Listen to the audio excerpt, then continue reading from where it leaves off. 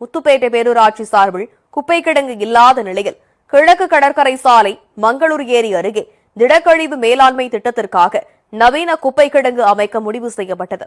அதற்கான முதற்கட்டமாக 3,10,00,000 ரூபாய் ஒதுக்கீடு செய்யப்பட்டு ஒப்பந்ததாரர்களால் பணிகள் துவங்க முயற்சி மேற்கொள்ளப்பட்டன.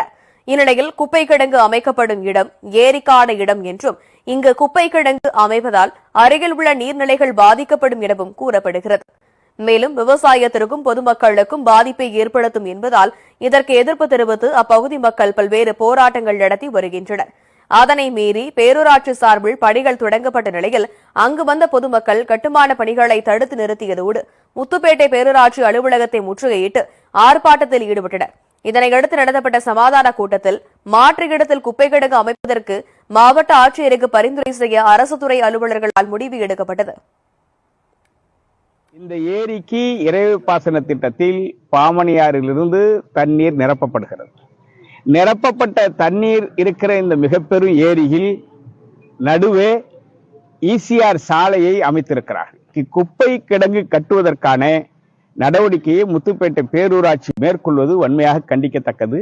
இதனை உடனடியாக கைவிட வேண்டும். இந்த ஏரியை ஆக்கிரமித்து குப்பை கிடங்கு அமைத்து இதிலே குப்பை மறுசுழற்சி செய்வதற்கு முயற்சி எடுப்பார்களே ஆனால் ஒட்டுமொத்த ஏரியினுடைய நீர் மாசடையும்.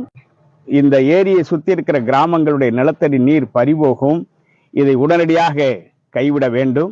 மாற்று இடத்தில் குப்பை கிடங்கு அமைக்கப்பட வேண்டும். மக்கள் வசிக்காத பகுதிகளில் தொலைநோக்கு பார்வையோடு அந்த குப்பை கிடங்குகள் அமைக்கப்பட வேண்டும் என்பதை வலியுறுத்தி தமிழக அரசை வலியுறுத்துகிறோம்.